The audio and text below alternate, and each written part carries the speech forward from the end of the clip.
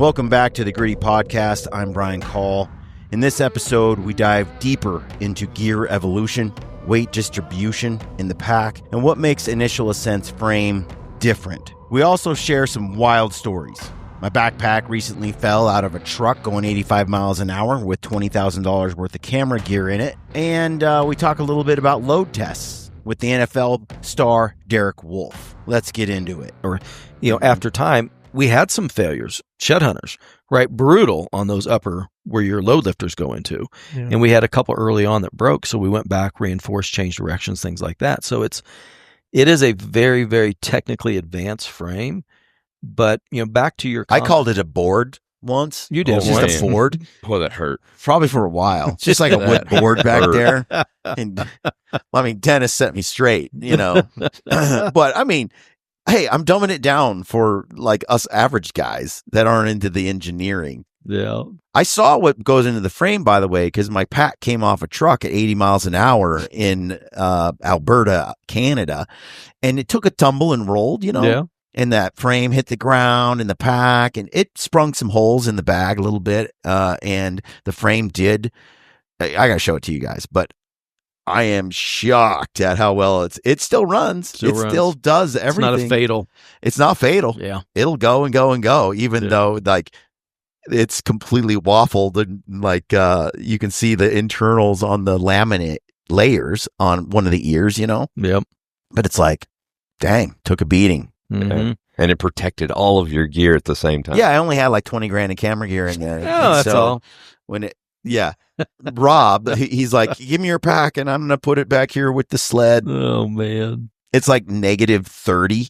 I'm like, all right, well, okay, puts it back there and there's like 4 backpacks, including mine, Livesey, all that.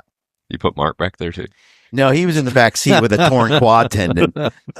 And we start cruising down the highway and we're 30 minutes down the road and Rob is driving and he's like, where's your pack? Oh, man. And I'm like, what do you mean? It's you strapped it down. It's funny he asked you. He's like, where is it? It's not there. Where is it? And I'm thinking, I don't know, Rob. You tell me. He's like, what's in it? That's the first question. He's flipping to you. I'm like, everything. And he's like, camera gear? Yeah. How much camera gear? Well, first of all, it has once in a lifetime footage that you're never going to get again on these different cameras. And I got about $20,000 in cameras. And he's like, we're going like 150 kilometers an hour down the highway, we go almost all the way back. Oh, man. And it hit the highway at some point and just went, it's covered in salt. I got to show it to you guys, but took a beating. Damn. But when I was with Brady, this is where this really, and I've seen this before. I've done this before.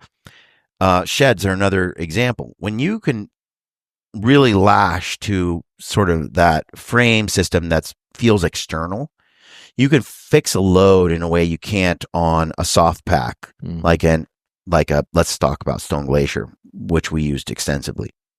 Gets really tough to really get a load. It kind of hangs or wobbles, and the Moosehead was the perfect example. The antlers weighed somewhere between 75 with the head and everything, probably about 75 pounds. Yeah. Well, it had to be turned vertical because we have like 3 miles of bushwhacking in the thick. And so, Brady's tall is thankfully, I think when the horns might have been dragging on the ground for little old me, but we strapped that thing to the back of that Initial Ascent pack. And of course the head wants to twist and lay horizontal. Right. But we need it to stay vertical. It's just like, okay, strapped it on. And Brady had been packing.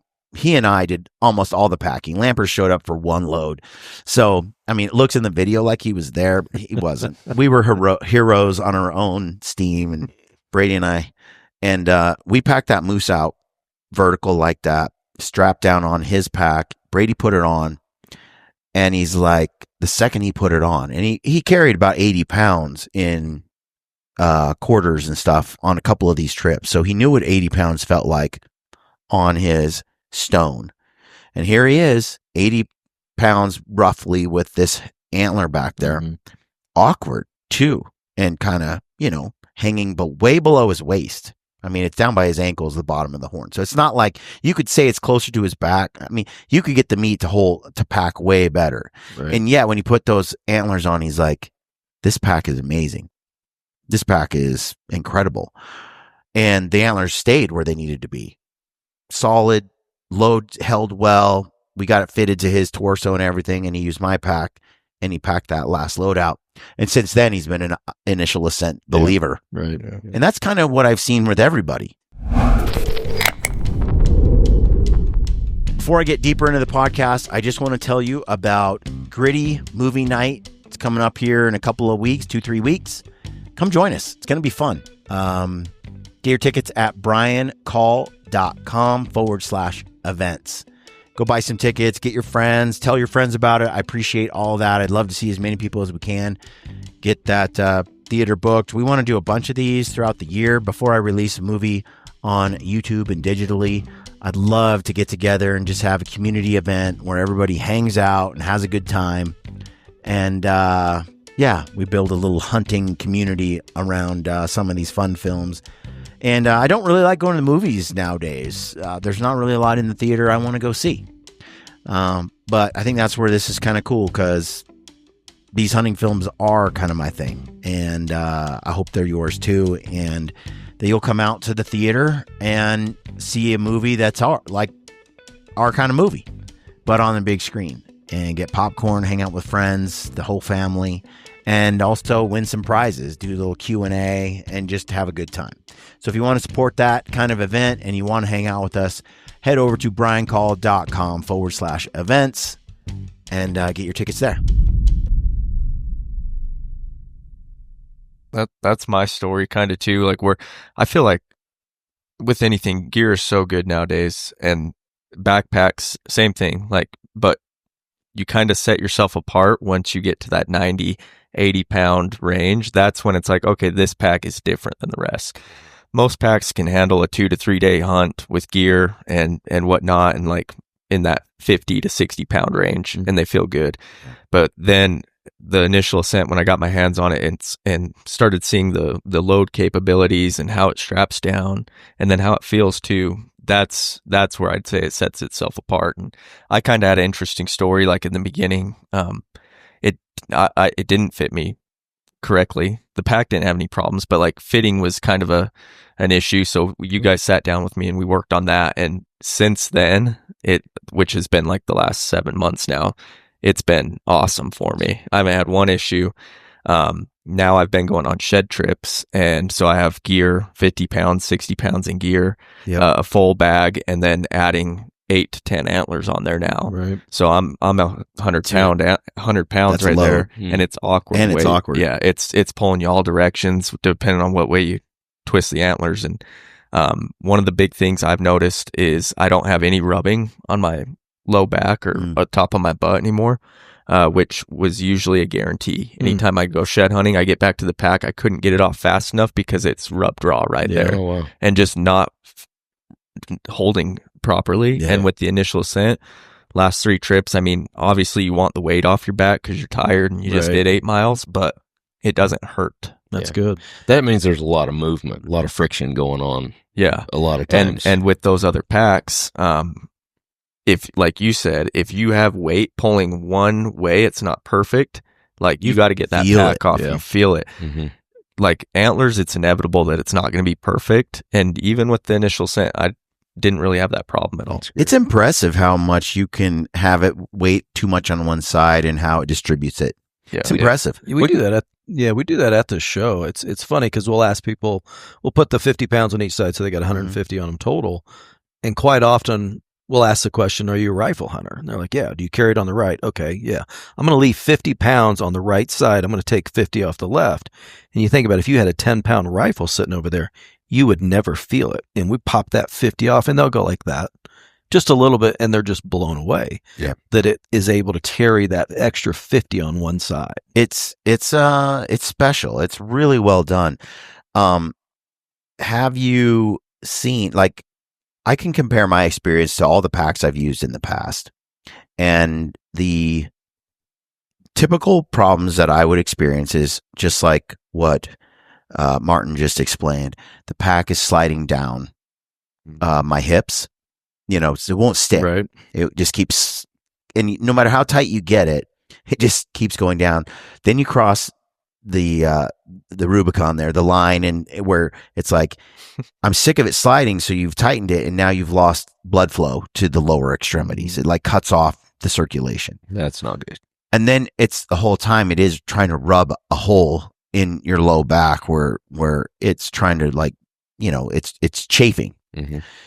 And so I'm trying to get my shirt tucked in there and create some kind of barrier, and my pants are getting pulled down. And so I've experienced this with other bags, especially when I'm over that 80-pound, 100-pound mark, 120. I've experienced this. It sucks. And the other thing I experience is, and this can be on the same pack, but sometimes the hip belt does stick, and I really like it. I found like the stone really worked well for me on the hips. But the shoulder straps would just cut off the circulation, and my hands will go numb, especially with a heavy load. And I would lose my feeling in my hand, and I try to adjust it, but I could never get it to under load. It just was like, okay, you got a 10-mile pack out. You're just not going to have feeling and it's a miserable thing. And you get done, and it's like I'm constantly fighting to get that blood flow in. Mm-hmm. Well, when I went to the initial ascent, all those things kind of just disappeared. What are you seeing with others? Like, what is sort of the response that you get from the whole pool? Is it this just carries better? Is it, I don't have, like Martin, no more rubbing? Like, what are you guys seeing? We kind of get the whole gamut. But the biggest thing that people tell us is that with whatever pack that they're currently using or that they were using, they'll say, golly, you've got 150 pounds on here, or you've got 50 pounds on here, and my pack didn't feel like this with 20 pounds. Mm-hmm. Yeah. It's always that, or I've got a low back issue and I can't ever get my pack to fit right. It doesn't matter what pack I use. And that was my personal experience. Mm-hmm. I couldn't get any other pack to work for me in my low back issue when I got over that 60-pound mark. And so I think those are some of the things that we hear, but also we hear the cutting off of the circulation, because there's so much pressure on those shoulder straps when you get to a certain weight.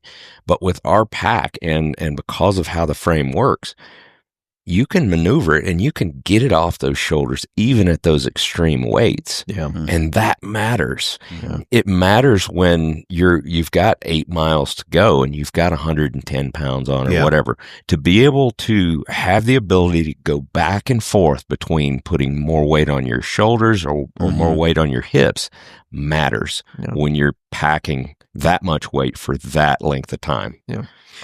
I will say, with shed hunting too, last year I had some crazy loads, and that was another issue, was not just the low back but the shoulders. They were getting way sore, and like I would be there's that like loop right there, that just like the little handle in the back of the backpack by your neck. Mm-hmm. I would be walking and pulling that up like this. I've been there before, to try to get the weight off my damn hips and shoulders because it's so painful. Granted, those were like 150 pounds I'm packing out, which that's heavy ass weight. Like, no, can't like get around it. But and I haven't had 150 with the initial ascent, but I've been at that 100-pound, and I can already tell like it's not going to do that. And I think part of it too goes back to the foam that we ended up selecting. We hear quite often just, man, that's a robust lumbar pad. We hear that all the time when somebody puts it on for the first time.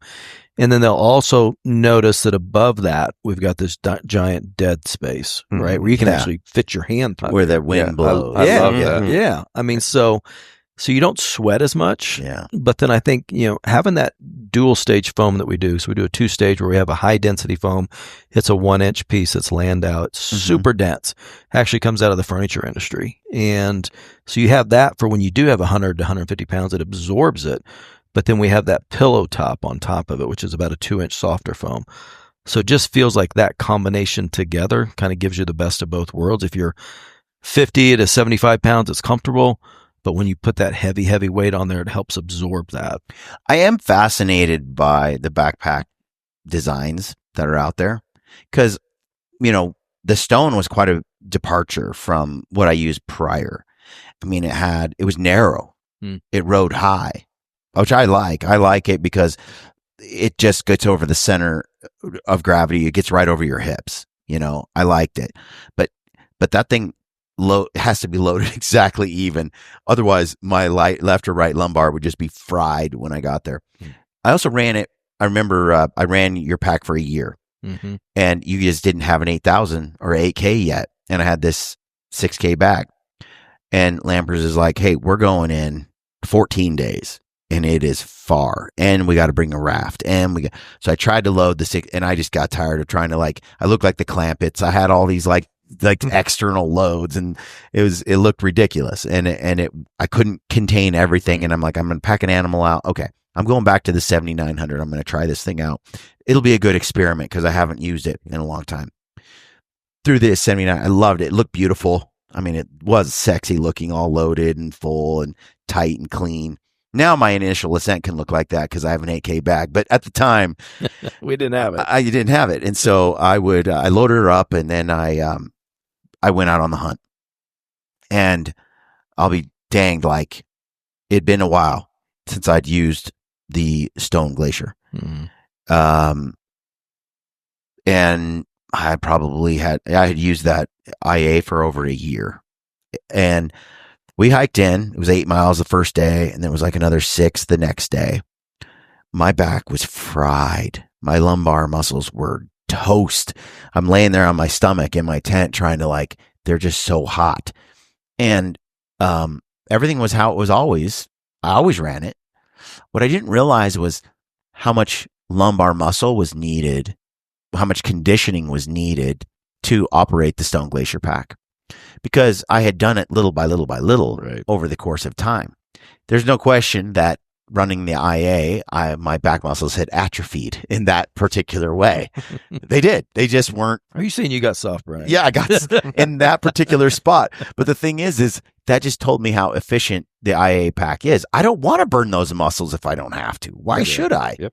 Yeah. I mean, yeah, I look like a Greek god in the back, but I mean, that's not what I'm going for. So I found that was a shocker. That was an absolute shocker. Hey folks, pardon the interruption, but I've got to tell you about this new Tricer RP bipod for your rifle. This thing is incredible. It's going to take the market by storm. You're going to want one. Everyone will. It's like no other bipod on the market. It's been designed to do everything in one bipod, which is generally not what we have available to us on the market today. Use the code GRITTY over at Tricer and you will save. Whether you're shooting from a prone or sitting position, this bipod adapts seamlessly to every field environment. You're going to get rock solid stability when it matters most. This bipod includes everything for $299. You've got the long legs, the short legs, you got spikes, you got rubber feet, Arca Swiss, Picatinny compatible, plus a swivel stud to Picatinny adapter, giving you unmatched flexibility for any hunting scenario. Bottom line, this is the last bipod you'll ever need. Use the code GRITTY over at Tricer.com. You'll get a discount and you'll get the last bipod you'll ever need. All right, let's get back to the show. Brad used the 7900 in the same trip as well. And Mr. Hunt's torso is I don't know, it's about a third shorter than the average human, maybe less. And so the stone sat above his head 2 feet. And so if it tilted at all, the whole load wanted to come down when you're loaded that high. And he hated it. He hated it because he had no torso to work with. Yeah. And the stone is narrow and tall. So it was a real struggle. It didn't work for him at all. He liked that early stock. It fit his torso pretty well. He ran with all his might back to that. Then he switched over to initial. And never had used that before. Now, I'm telling you, man, I am impressed with, that was an eye opener for me, how well it efficiently that initial carried. The other thing really brought home was I'd loaded the same as I did my initial Ascent with the rifle tripod, blah, blah, blah. Same load. And yet it was lopsided. This is where it really came home again. The contrast. I was like, oh crap. I had to go through a ton of work to try to get it just right so it was level on each side. If you have an 8-mile day and a heavy load, if it's off at all on one side or the other, you're wrecked. And on the IA, I just threw it on there and went. It was, even though it was lopsided, you could never tell. It didn't make a difference because of the way the frame carried. So that really taught me what it was doing to my back and shoulders. And you can build up the conditioning to run that. Same thing with Lampers. I'm like, you can build up and he had, because we're doing so much backpacking. But what if you're the guy that works at a desk and you don't get out and hike and hunt as much as we do? Right. That IA, you don't have to have those back muscles like complete in your shoulders kind of like built to carry it. It just tells me how much upper body you need to really carry some of these other packs that you don't have to have with the IA. Yeah. And it just goes back to, I mean, ultimately we developed a design with a lot of good input and a lot of testing that came back, and just our goal was, how do we carry loads more comfortably, heavy loads? And as you do this and you're competing in this space, there's other companies a lot bigger than you that have been around a lot longer, but people are catching on. I mean, I see it everywhere. I see IA popping up. You guys have, your booth was packed at these shows, and people actually, the proof is in the pudding. I've always said to people, you want to find out how well something works, how well a pack works, go try them all on. Put 100 pounds in each of them, walk around. It'll sell itself, that initial ascent. Go to one of the events.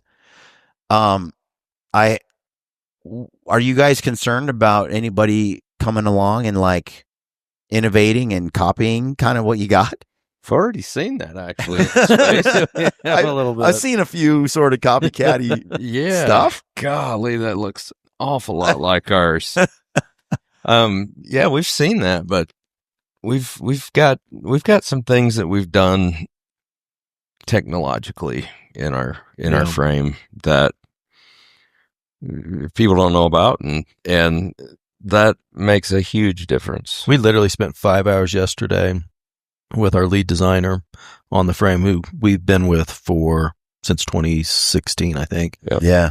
Helped us really build this thing out. And we went through every possible way as to, is there a way to take weight out of it? Is there a way to take cost out of it? I mean, all the questions you need to ask yourself as a business owner, but ultimately to make it better and without sacrificing anything. You know, how can we do that? We talked about different manufacturing processes. Can we do that? Can we look at different products that are out there, materials? And after 5 hours, we came back to, nope, we can't. We feel like that is absolutely the best. And there's some pretty cool new stuff out that we're going to continue to test, right? Just to say, hey, is there ways to make it better as technology? That would be pretty naive of us to not do that. Yeah. So we are, and I'm sure at some point there will be some new aha moment, some new purple cow that comes along but we want to, we feel like where it sits today, we feel really good that there's nothing out there, even though they're trying to copy it.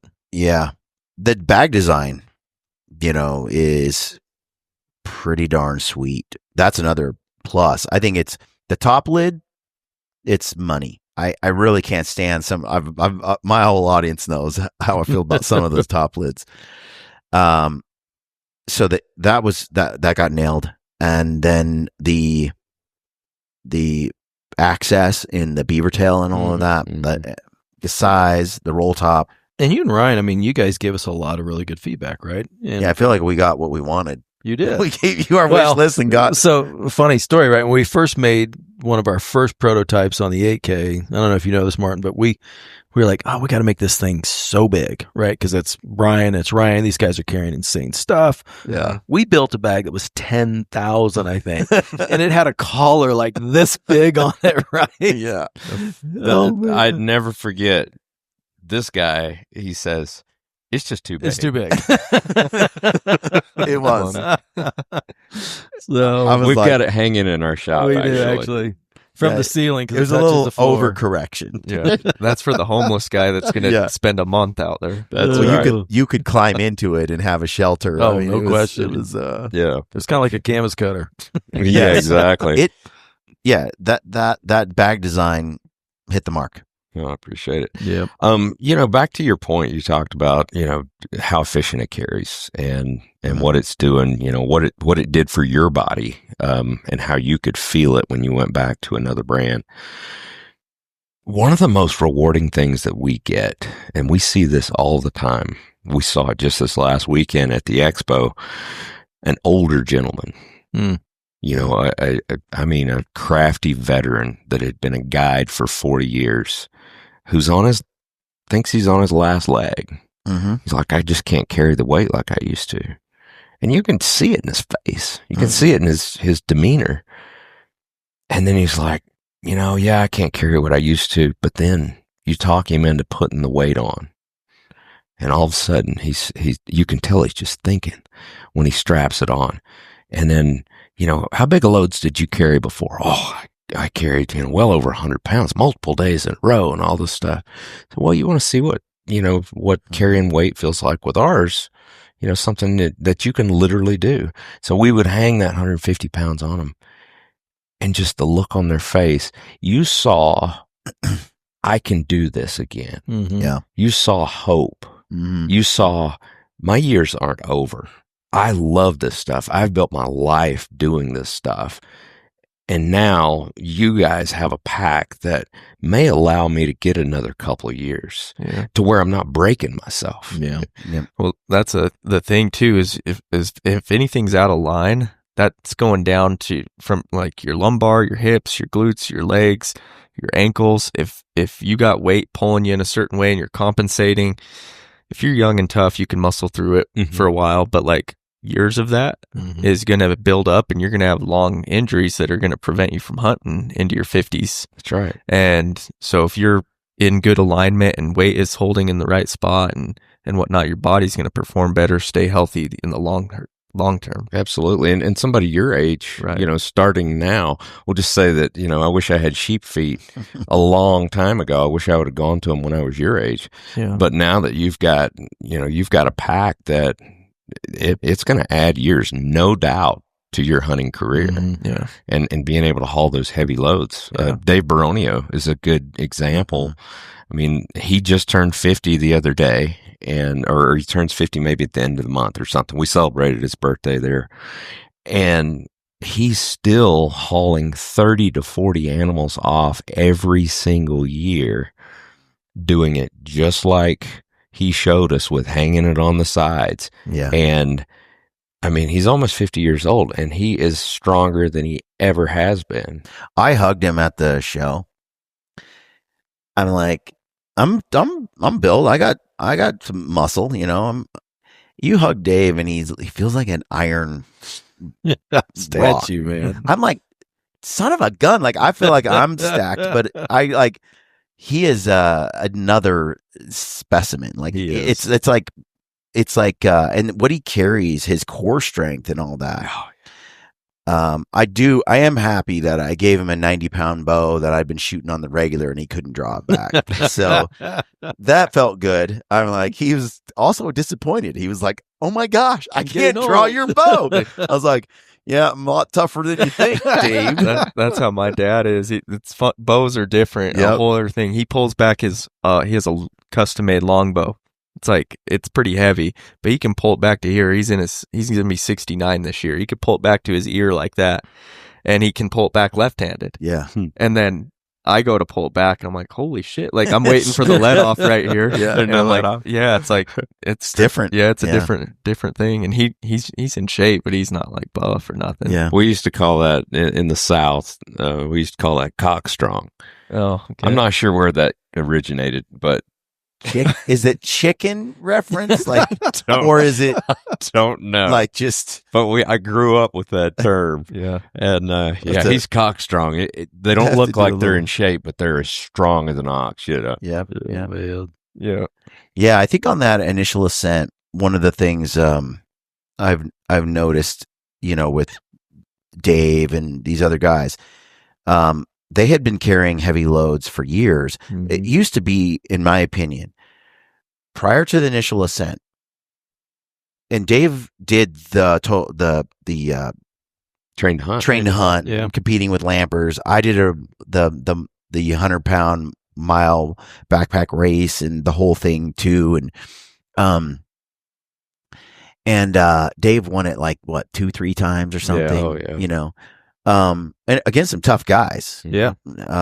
And I'm looking at him, and we all sort of had this attitude because before he got your initial ascent, that was actually part of the story.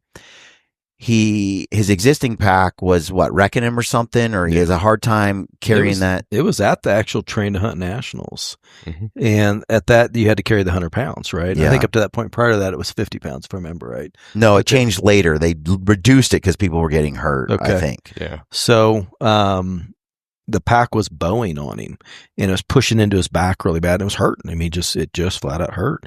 So Jules McQueen actually had one of our packs, and she said, "Why don't you try this?" And it's crazy that he did that right at the Train to Hunt Nationals, but he was hurting so bad, desperate, and he did. And that was when he first ran it, and he won it. And Not only won it, he smoked everybody. yeah, Night and day too. What he was feeling, no doubt, Yeah. between the bags. And that's what I was going to say. We're all sort of the mindset that, look, we don't want some big heavy external pack while we're out chasing elk or goats or deer on the mountain. And so we all went for these internal frames that, were sort of good to wear all day and hunt in, and that were sufficient for 60 to 70, 80 pounds, 70 pounds. And we just sort of accepted the idea that, yep, this is a great pack, awesome pack for the hunting industry. And even though it sucks when you kill something and you got to carry 110 or 120 pounds or something like that, or even 90, whatever your load is, multiple trips, we just kind of had the opinion, and it was kind of true. You just had to suffer. yeah, I remember being on a podcast way back when, and it was like, no pack carries over 100. It just hurts. Cuts off circulation, digs into your hip. It's just, that's the nature of it. When it's heavy, you suffer. So you basically try to get the best pack for that 70 and under load that had all the pockets and design and carried well for you. And then you just knew, okay, it's time to suffer for 2 days packing out my elk. mm-hmm. And it's just going to cut into your hips. Like you were saying, Martin, chafe some stuff. I'd put Luco tape right there over the 2 spots that would rub so that I wouldn't get my skin rubbed off. Just the chafing was just part of the game. Cutting into my shoulders, cutting off circulation, hip, all that stuff was just part of the game you played. Packs got a little bit better, so they carried a little bit heavier. I felt like with the stone, it was pretty decent at 100 pounds. That was a step up. Then, it feels like this evolution where it's like, I don't have to suffer at all when I kill something and I have to pack it out. I don't have to, other than just the weight of it. Yes, heavy's heavy, but I don't have to suffer in terms of all the discomfort, the cutting into the arm, the shoulders, the burning of the back, the hit. Like, it just carries so much better. So it's like this shift, and I have yet to see something catch up to it, where you can wear it all day, every day at 50 pounds on a pack-in, Mm-hmm. right? It's versatile. So like I said, you can pull off the bat. There's all these cool things about it that we didn't even dive into today. And then when you do kill something and you got to go heavy and pack it out, I'm not like going, well, that's just the cost of doing business. I got to wear something that sucks now. Now I don't have to make that compromise. Mm-hmm. Right. Oh, and by the way, you can do it the same thing again tomorrow. Right. Yeah. Because you feel like it. Yeah, I mean, you recover fast. Mm-hmm. Mm-hmm. Yeah. Where do you guys see it going over the next year? You guys got like some growth and Big plans. Big plans. big plans. Yeah, we've actually got a really robust product road coming, right? And we feel like, we don't want to be outside our lane, so to speak, we feel like, there's those companies out there that they get so wide that they lose focus on really what their true identity is. Mm-hmm. We're going to continue to be a pack manufacturer. That's our primary. But there's certainly things that fit within that space that we feel like, again, we're not going to be a Me Too product. We can bring innovation to things that complement it. Mm-hmm. So, yeah, you'll see quite a few things here over the next 12, 18 months coming out from Initial Ascent. Well, that everyday carry bag, Mm-hmm. what do you call it? EDC. EDC? Yep. Okay. That's what I thought. That thing, first of all, I did a podcast on this. Oh my word! Did you really? I did a podcast. And, and I did complain about it lacking a chest strap, for the heavier loads, which was a miss, in my opinion. Outside of that, though, I'm like, and even despite that, I'm like, this is one of my favorite bags I've ever owned. And I'm not just saying that. The pockets, the laptop holder, the size, how it gets compact. Before that, for like 4 or 5 years, I ran that Yeti computer bag setup. I hate that thing compared to this. Hate it. I like how this gets compact. The Yeti never did. There's lots of things that I didn't like the material either. This just is well done. And it seems that nobody believed me. They're like, you're just slinging an inferior pack, and I'm like, no, I had to get on there and say, no, I'm serious, guys. Trust me, get one and then tell me I'm wrong. Like Right. This pack hits the mark. It's great. So, I don't know how many of them were like, oh, or what. I got to do another revisit of it, but no, shamelessly, there's no I get paid, so I'm going to promote this. Right. I would not. You guys know me. If I didn't like it, I wouldn't say a word about it. I just wouldn't talk about it. I can attest. I'm similar story. Like when you guys launched, I was like, oh, it's like a backpack. Right. I didn't know the details and of all that. So I got it and I was like, holy shit, like this thing's pretty badass. Like it keeps its structure. It doesn't sag. And it's very tight. Fits in dang near any pocket. I want to squeeze it in the truck on a trip. Yeah. And holds a ton of stuff. All the airplane travel. And Yeah. I traveled so much for Gritty Podcast and all that. And it keeps it all organized, Yeah. where it's at. Yeah, good fit, and I use it as a gym bag, travel bag, and just storage too for my electronics, camera gear. Like when I'm done working at the table, I just put it in that, and then it's in the corner. Yeah, it's badass. That's I awesome. think people saw it and they were like, "Oh, that's a gay metro bike." 10-speed runner in downtown that delivers paper from this place to the other. What do you call those people? The transporters. I wouldn't know. I used to work out in the city, and these guys are running around Yeah. the Doing little the carriers deliveries, yeah. between businesses and stuff. And it does kind of look like that. Kind of looks like a city bag. The best picture I've seen yet on that is Derek Wolf, who's 6'7", maybe? Dude, that man, I Right? saw him walk into the Mile High. Yeah. He's a giant.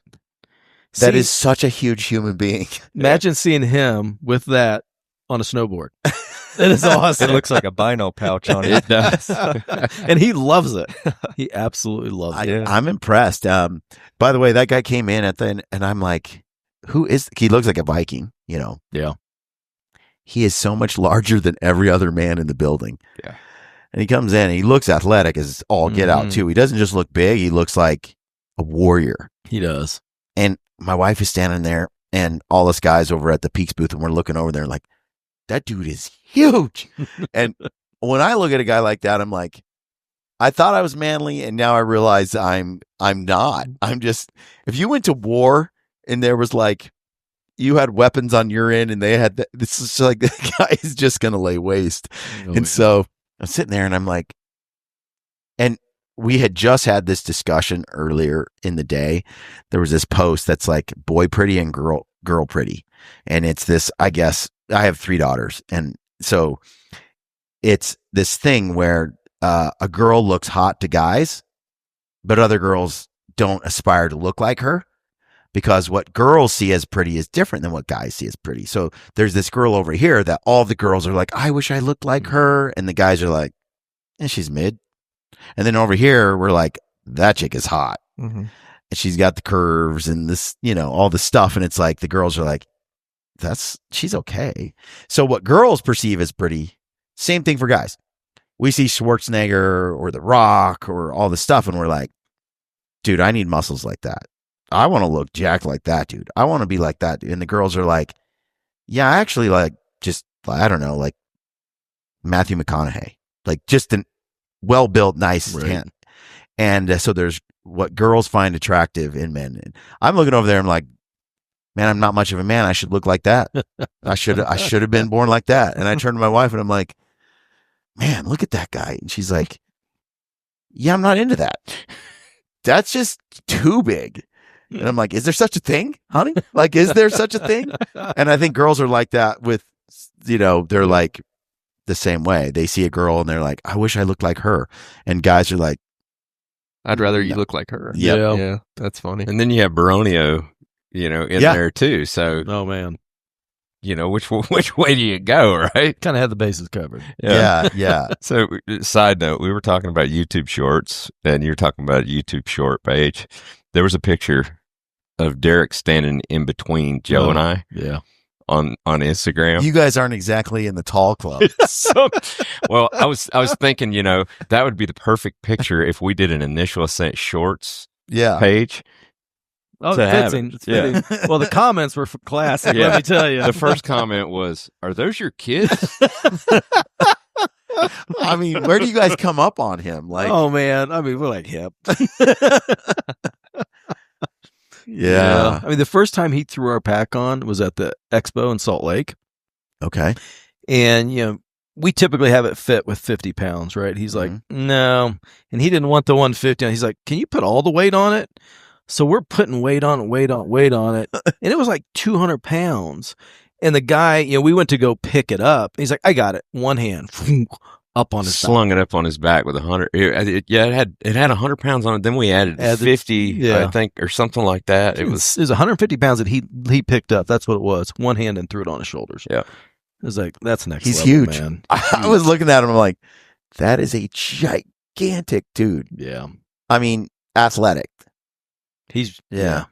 So, how did you guys meet Derek? We got introduced at the expo to him. I grabbed actually Roger, a guy that was working in our booth, Roger Holscher.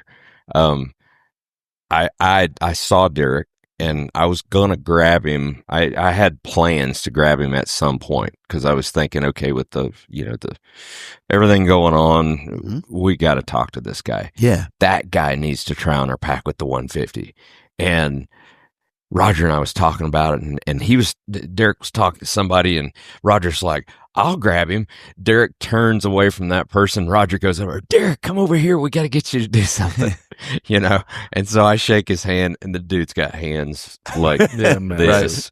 And I said, yeah, I said, we've been waiting for a guy like you to come into our booth so we can, because we know you can do this type of thing, so we got to show you. And he was just like, oh, okay, I'll play along, and we put the weight on him and everything, and then hung it on there, and he was like, uh-oh, this is nuts.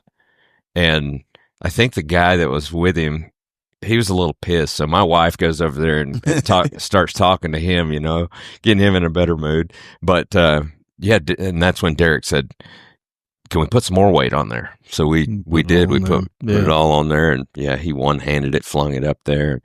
And it's just now, I mean, he's got a show that they just did. It's called Pimp My Hunt.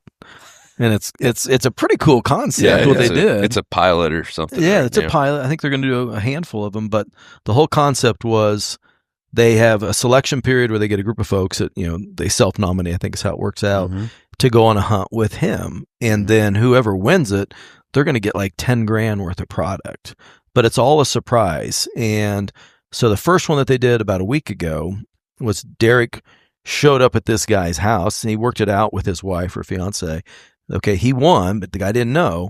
And Derek shows up at like 5:00 in the morning in the dude's room. You won, you're going. And he takes him on this epic hunt. Wow. They flew around in a helicopter and landed on this private property where they were going to do a turkey hunt. And the guy got like 10 grand out of the Wow, deal. that's But cool. Yeah, it's a neat deal to take a blue collar guy that just would never have a chance to do this. So kind of a neat concept. And Can you imagine that big sucker waking you up at 6 in the morning? Man, Yeah, no. Coming in your room. Hey, get up. Yeah, it's a weird. I really like to see the folks that are in the mainstream eye and valued in that space, and then they go and say, and I like to hunt too. Yeah. From Chris Pratt to Cam has done a lot of crossover. Joe Rogan coming into hunting and archery and stuff. All that stuff. It's also why we can't get tags either. Yeah. Yeah. It's a double-edged sword. Huh? That's right. It's a cost of keeping conservation, hunting rights, and all that. You have to have people passionate about it to protect it. Yep. And that comes with people wanting more of it. So it's incumbent on us to get more creative, figure out alternative hunts than the normal traditional stuff, or multi-state application strategies, or reinvent things. There's lots of cool places you can go that are not just the elk in your backyard that you grew up with. Right. And that's part of what I want to bring to the table too is, hey, this is a great adventure over here. I think Meat Eater has done a pretty good job with some of that. And it greatly expand your opportunities. It just isn't the traditional stuff that I used to be able to get 2 elk tags at a gas station on my way to go hunt in Idaho. Not anymore. I can't get one. Yeah, it's sad. You wish you could always, preserve that, but life's always changing. That's with anything, any market, and you just kind of gotta, we don't want to lose sight of like what brought us here and like the tradition of hunting and like, but yeah, now it's, hey, I'm not gonna be able to draw a general season deer tag every year. Right. So you kind of have to do that, and there's a lot of tools now that help you branch out and hunt other states, but that's what it's kind of come to. That's where I'm at. Like now I'm doing 4 hunts a year, maybe 5. But yeah, only maybe 1 in Utah, and then I'm having to go out. The truth is, if with the advent of modern technology, you were never going to keep it on the down low. Yeah. Anyway, like it's sort of a pipe dream. Often someone gets singled out on some space, like me or Randy Newberg or Ranella or somebody, and saying he single-handedly ruined hunting, and it's like, it's kind of laughable because that's like the only way you were going to keep some of these things siloed like they were is by lack of information flow, lack of technology. The modern era, information flows quick. Now all the potential opportunities, units, hunts, places you can go. If Chag or I had never published a YouTube video, someone else was. Some other person on technology was. You can't stop the progression, like you were saying, of technology and information. That's just part of existing. When Daniel Boone came through the Cumberland Gap, nobody knew what Kentucky looked like. Wasn't long before the West, that was all populated. Everything changed. Like technology rolls forward whether you want it to or not. Yeah. And so the best way is to, in my opinion, is to try to adapt and roll with it all the time. Figure out a new way to leverage what's available. The other thing is, I heard Ranella say this not too long ago on this subject. They were hunting wolves and they did the little video production on Meat Eater where Clay Newcomb went up north and he hunted wolves. They trapped him. They didn't show a wolf get actually killed, but they showed the sound. They showed a wolf in a trap. It was kind of socializing people to the idea of wolf hunting, but they didn't really go into deep on it, and they didn't really say anything except, hey, I just think there's a place for this. I thought it was bold. Meat Eater typically doesn't go, or hasn't in the past, into these areas that will spark a backlash against their brand. They knew it would. And after they did it and went public, Clay Newcomb mentioned this on a follow-up podcast with Steve. Do you think this helped or hurt? And Steve's comment I really love what he said, which was, hey, if you look at the evidence, there's no data that shows that by staying quiet about hunting and not telling our story actually helps us in the long run. Because if we don't tell our story, someone else will. And we won't like how they tell it. Mm-hmm. So when I did Blood in the Snow, I wanted people to look at wolf hunting the way I see it. Mm-hmm. The whole point of that production and that type of film is to do exactly what he said, to tell our story. Now, with that comes a whole bunch of people who now value an experience like that and want to do it. And this trip was covered by Timber King Outfitters for us. Come up here and showcase this hunt. Great. I didn't pay for it. I got to go do it. Mm-hmm. I paid for it in terms of my hours behind the computer telling the story. But now a whole bunch of people bought that hunt for the next 2 years. Mm-hmm. And it used to be one price, and now it's a new price because so many people want to do it. By making people care about wolf hunting, maybe even inspired to try it, I now also the side effect, which was positive in one way, the side effect is if you were an avid, you wanted it for less money, it's going to be a little harder to find. And the more people value it and then experience like that after seeing it, people don't know what they want until you tell them, is that famous Steve Jobs quote. Right.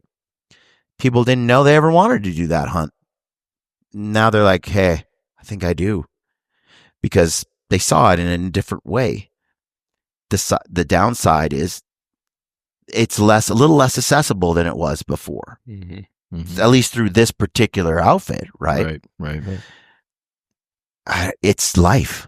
Yeah. Yeah. Similar thing is with spring bear hunting. Oh yeah. You guys turned so many people on to that as an alternative way, as predator management, as an adventure. Mm-hmm. You sold it as that, and it's wildly popular. I mean, there's more people, especially in Idaho where we are. There's more people hunting bears Than elk. Well, not more, but feels like there's a lot. There's a huge number in the woods, and I guarantee you talk to over half of them, and they started or they do it a different way because of your films. Yeah. I like what I didn't know Ranella said that, but that was a good, going back to that was a good quote. And it makes sense. Like, you look at politics now, and now that everyone has a voice with podcasts and different forms of media, more things are getting out there that you're like, that's not what I grew up hearing, or that's not the way I understood that right. story or that war or the reason behind that happening. And it's because somebody else told the story and controlled what we saw. Right. And then you're like, well, now I don't like what I heard and I don't believe that anymore. And I actually was on this guy's side with that. And yeah, that's the same thing with hunting. And hunting's been told since the Indians. When I'm down in southern Utah shed hunting, looking for antlers, I'm in remote places. I'll come up to a cliff, and there'll be writing on that wall from clear back in the ancient times, and they're talking about the hunt right there with what they had. If they had a phone in hand, I guarantee they'd be posting a picture, with their kill. Yeah. But all they had at that time was that rock that they freaking etched it in there with. But they told the story. And Shed Crazy, my buddy Shed, he's talked about that too. And where do you draw the line of, oh, now we can't talk about it? It's been talked about for years. Yeah, since the dawn of time. That's where I'm like, hey, this is what I do. I want to empower, teach, tell our story. And I heard this done by Cliff Gray. I love Cliff. He's got his own YouTube channel. He's been around a long time. And he got into deep sea diving and late in life, kind of like a late onset hunter, comes on to hunting in their 40s for the first time. And he's like, man, I got into it. And I was trying to find how to do it. And I was watching every video, and I was consuming every podcast, and I was hanging out, and then I was meeting with guys that did it. I'd join a little club, and then we would go scuba diving, and we would go and I'd do a little deep sea diving and fishing and do all the stuff. And it was like a passion. He'd look at shipwrecks and all this stuff, right? And he's like, and as it came, it was like, I tried to go diving here, but it was too crowded. There's too many people there. And then I go here and it's too crowded. And it's over here and it's too crowded. And it's over here and it's too. And he's like, so, I'm trying to do this stuff and I'm trying to find a way to get in, and it's much more popular than it used to be. And he's like, so if the internet didn't exist, I would never have been interested in this, wouldn't have known about it, and wouldn't have pursued it, wouldn't have been able to teach myself. And I would not be a person doing this, and it would be less crowded. And there's thousands of guys like me. But he's like, but I did find it. Right. And it did change my life. And it is one of the most passionate things that has made my life fulfilling. Mm-hmm. He's like, so do you want to deny me that? Yeah. Do you want to deny me that scuba, that fishing and sea diving? He's like, it's the same thing in hunting. Mm-hmm. Do you want to deny someone that special? It's kind of selfish a little bit. It is. But I get it though. There's a balance, I think. Yeah. I think it's incumbent on us, like, not to burn spots. I was watching a channel I love called Tight Loops, and it's on YouTube, and they go to these different places and they fish. And they're like, yeah, anything that's smaller, like river or lake, than XYZ size, we don't mention the name of it. It can't handle the influx of people who will go, oh, that's where it was, and then just go there. Yeah. Yeah, you got to do your best to preserve and not blow the area up deliberately and whatnot, but also share. And like you said, like, don't be selfish. Like I get a lot of, or I've gotten a lot of crap for talking about shed hunting, and people are like, oh, shed hunting's ruined. And I'm like, well, why? Tell me why right now I go out and I find more white antlers than brown antlers. That means they've been on the ground for 1, 2, 3 years. Yeah. You've had 600 days. You could have gone and picked that antler up. No one did it. It still just sat there like this for 600 days. Right. And show me that antler impression. That was good. And until I walked up and picked it up, So like, yes, the burns, the chainings with the 4-wheeler rode right through them. You might not be able to walk out and pick up a handful of antlers anymore, but the antlers are still there. You just got to work around it, put out some more effort, do different, have a different strategy, plan a little more, but it's still there for you. But yeah, like the activity, I also get off, like, I find a lot of pleasure and joy in posting content and then somebody messaging me saying, hey dude, got into this because of you, found my first shed. Here's me and my dad holding an antler together. This was the best weekend of my life. Yeah. Wow. And it's like, dude, like we're all here living life. We're all going to die. We all should be able to enjoy and have fun and do what makes this short time we're here, enjoyable. And so like, I think it's important too, to share that stuff so that we can all enjoy the great outdoors and those things. I get that a lot. Well, it's easy for you to say. You get to hunt all the time, and they're not wrong, on some level. But I've really done that thing where I'm like, yeah, I'm over the counter.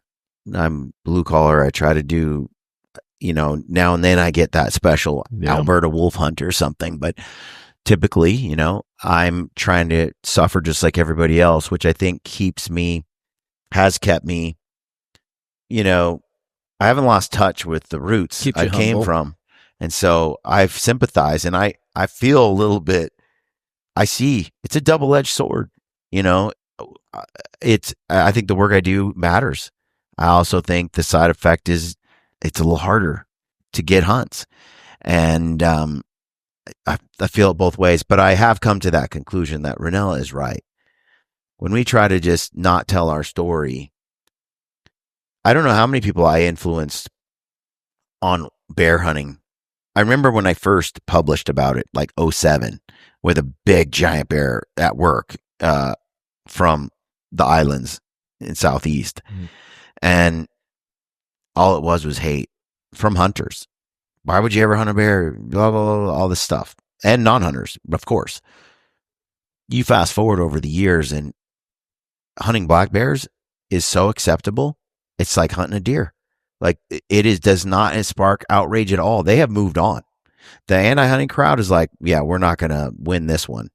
Between Meat Eater and all the rest of us, yeah, black bears are not, the public is okay with it. Grizzly bears, That job has to be done. They're not buying into that's okay. Mm-hmm. That's reasonable. Wolves, I think the shift is coming and is kind of here, and that's the whole point of a lot of wolf films. I want to socialize the planet to this is acceptable. This needs to happen, and that means you change culture, you change the world when you put out content like this, and you can have that impact. I can have that impact. I didn't do it alone, but I was a contributor. Mm-hmm. Fitness, wellness, health, like all of that can make a big difference, empower people. So I just think, I didn't make the rules. That's just how life is. Mm-hmm. Yeah. And I think one of the cool things that you always do in your films, especially, and I guess I first picked it up when watching the bear films that you made there for several years. The education, I learned so much from that. Your film, Martin, the last one you put out, the 200, I learned a ton from that. Yeah. And that actually energized me to want to go, chase those high country muleys and not chase them just, when I can, September 1st without drawing a tag, basically, in Idaho, but start it July, and go find these bucks and live with them, weekend after weekend or day after day. That's what intrigued me. You put in so much work to be able to achieve that, and what an accomplishment it was. And that was the thing that struck me throughout the film, was like, man, you're not just showing up. You're all in. And you are working extremely hard to find the buck that you want, and then you got it done. And even just getting it done wasn't. I mean, you had me on pins and needles. I'm sitting on the edge of my seat. Is he gonna turn him up? Is he gonna turn him up? Golly, that's not the buck. And the storm comes rolling in. Oh, he's gonna pop out right after the storm. But that was the story you were telling, and to be able to do that and accomplish that goal, I think you're going to have so many more people that want to do the same thing. I want to do the same thing. I'm doing it. I've never hunted high country velvet mule deer before in my life. So you're going to do it this year? I'm 50, and I have never done it. I've seen Lampers do it. I've seen a few others, and I've wanted to, but I didn't want to give up the hard-horned tags and all this stuff. And this, I love the velvet. I think it's so pretty, and T-shirt weather, and you sold me. Yeah, a few others too. I've watched one of the other ones that got me hooked on trying to do that was Brian Barney. Oh yeah, and so did Nate Simmons. Western Hunter episodes. I'm like, dude, I am missing out. I need to be out there in August hunting these things, just in bachelor groups and all that stuff. Carrying all your water to the top. But I'll be watching Chags, like I'll be watching your videos over and over again as I get closer to the season, because I got things to learn and things to be inspired by.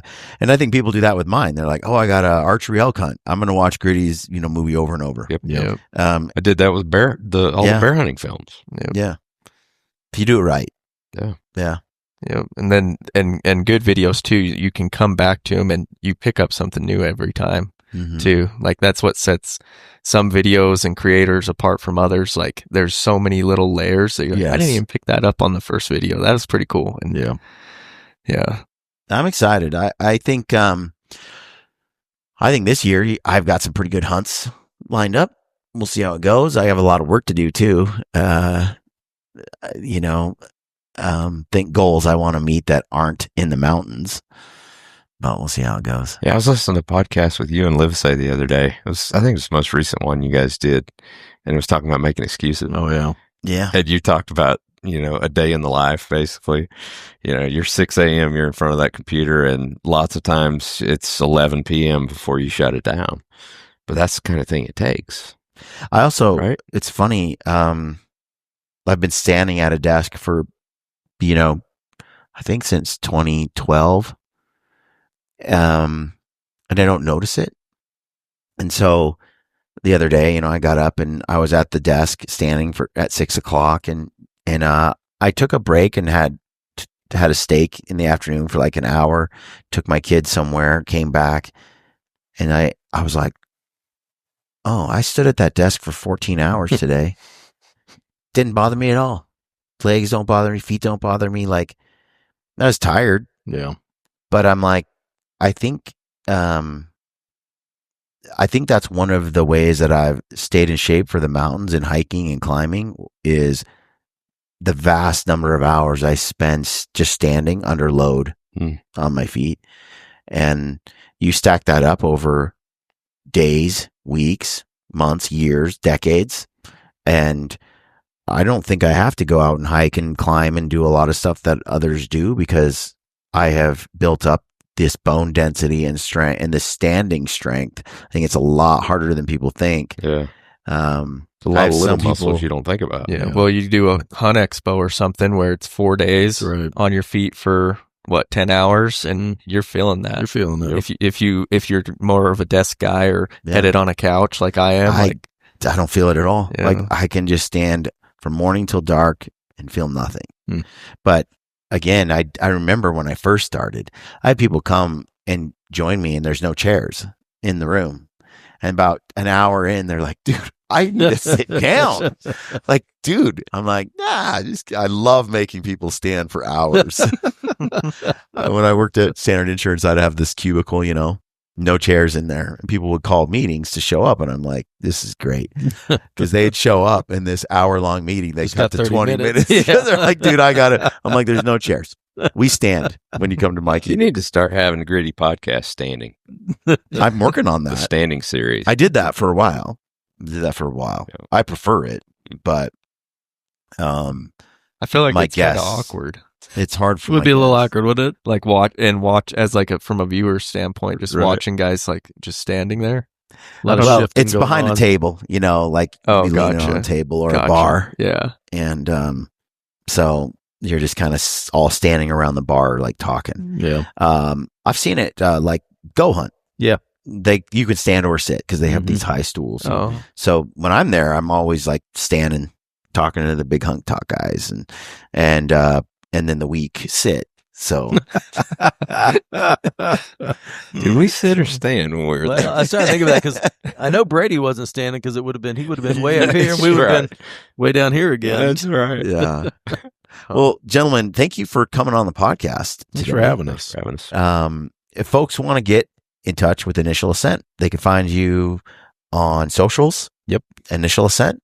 Yep. On our website, initialascent.com. Got everything there. Any solid deals coming up? Sales, like promos, anything happening right now? Anything you want to talk about? Events? So we'll be at the TAC event here coming up in Utah. Okay. We're going to be at that. We're just at Colorado. So no, we don't have any other major events coming up other than TAC. And where's the showroom if people live nearby Yeah. or Caldwell, stop by? Idaho. Yep. Caldwell, Idaho. Just look us up. We're right there by the new D&B Supply. Yep. That's what everybody knows about. Yep. 1410 Lauren Lane, Suite 101. All right. Yep. And Martin. Yep. Where can people find you? Instagram, YouTube, Martin Chag is what I go by. Martin Chagnovich is the full name, but yeah, Instagram, YouTube. And highly recommend the latest film. Yes. Plug that. Yeah, my latest film, Chasing 200, that was my Velvet Mule Deer archery from last year. The video does have an audio issue if you're trying to watch it on the television. That's so frustrating. So I'm going to have to re-upload it. But if you want to watch on the computer or the TV, you can, the computer or your phone, you could watch it there and it'll have audio. But I am going to re-upload here probably in June, and I wouldn't mind giving away something with you guys, like a backpack or something to try to give it some life when I we could do relaunch that that. video. Yeah. Yeah. And be cool. a way to get somebody a pack maybe going into this new year. There But you go. something Great creative idea. to give it some life. That was kind of a bummer, actually. about Yeah, the video. That's crazy. Like it won't play on the TV with some of the audio sections It's just gone, wild. Yeah. but it does everywhere else. Huh. I published, and I wonder, does it have any eligibility like restrictions? Nothing. No. It just looks fine. Yep. No flags or anything. When I published The Struggle, it was out for about 3 weeks and it was cranking. And then YouTube blocked it. in all countries. Hmm. And it just, no one could watch it anymore. Mm-hmm. And all that algorithmic momentum and all the comment, all that stuff all plays a role in its trajectory and how much it gets promoted by the algorithm. They blocked it. Apparently they had a licensing agreement with Virginia Records that, I don't know, they couldn't make a deal on, or it expired. Every YouTube video that had a song from Virginia Records got blocked. Oh, wow. And I just happened to have one song that happened to be by that label that was greenlit before, you know, that they just said, not now. I hate that. Man. I know. And your music that you have in your films are So good. So good. So good. Yeah, I ended up waiting. I tried to figure out how to, you know, ask questions about it, what's going on, and it just said, you're out. And then other YouTubers are like, some people used a certain song for a bumper intro on their show. They have like 200 shows that has that song in the background, or a Virginia label song. And all their videos were done overnight. And they're like, dude, I get 1 million videos on this a month. It's a workout video, like some chick. So people play it every day over and over and over again, right? And that's how they get their views up, and, you know, and sucked. And so I had to republish it without the song. Well, you know, it doesn't get the same momentum as it did when it first went out, and it gets pushed down a little further because it didn't have the same metrics. It still did well on the second time I put it out. Well, 3 weeks later, they unblocked the first one. So now there are 2 versions of The Struggle out there, one with one song and one with a different song. I'll have to watch the second one. Yeah.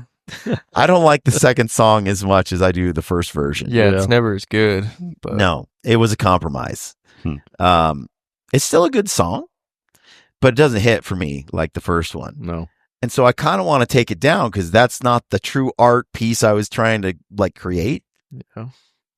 But no one notices. No one mentions it. It's just me. Yeah. Probably. I mean, and that second version is just cranking at the same rate as the first one. So I'm like, it's got so many comments. And anyway, I don't know if I should take it down. Hush has a couple like that where the same thing happened to him. Yeah. They ended up with 2 versions of the same video out there. they say just leave it up, probably. That's what Chesser told me. Just leave it up. Yeah. So I'm like, all right, I guess so. But it bothers me. That's right. It bothers me. People were like, why is this up again? You know, or where did it go the first time? So it's a weird, it's weird out there with the copyrights and all that. Yeah. It's just, We need like a good artist that wants to work with the hunting community or guys like us and just let us use their music. yeah. Create our own songs. They have made it easier just by giving up monetization rights Mhm. on a film, but you lose that income. But when I bought music, you know, I might make $1,000, $2,000 on a video that does really well, and I'd spend $1,000 on the music. Yeah. So I'm like, it's a wash. Yeah. I quit buying music, but my channel's never monetized well. Like Hush, I remember like they were talking about money they made early in the day. They were like first to market. They used to write some big checks at YouTube. They don't anymore, especially not for hunting content. No. So I don't chase those dollars. I'm tripping over dollars to pick up pennies to do that game. Yeah. Yeah, it's almost worth not even monetizing the video and just put whatever you want in it. That's what I do. Yeah. That's what I do now. Put some Chris Stapleton or That's right. anybody in I there. throw it all in. Katy Perry. Whatever they'll let me. Easy Stay away now. from me. I mean, I just said her because she just went to space. That's right. She just got up to the space shuttle. Yeah. Oh my gosh. but yeah, some mainstream. Anyway. Well, folks, check out those sites. Follow these guys. Thank you for tuning in to the podcast. Got questions? Hit us up in the comment section of the video. We try to respond to that down there. Thanks for tuning in. Stay gritty.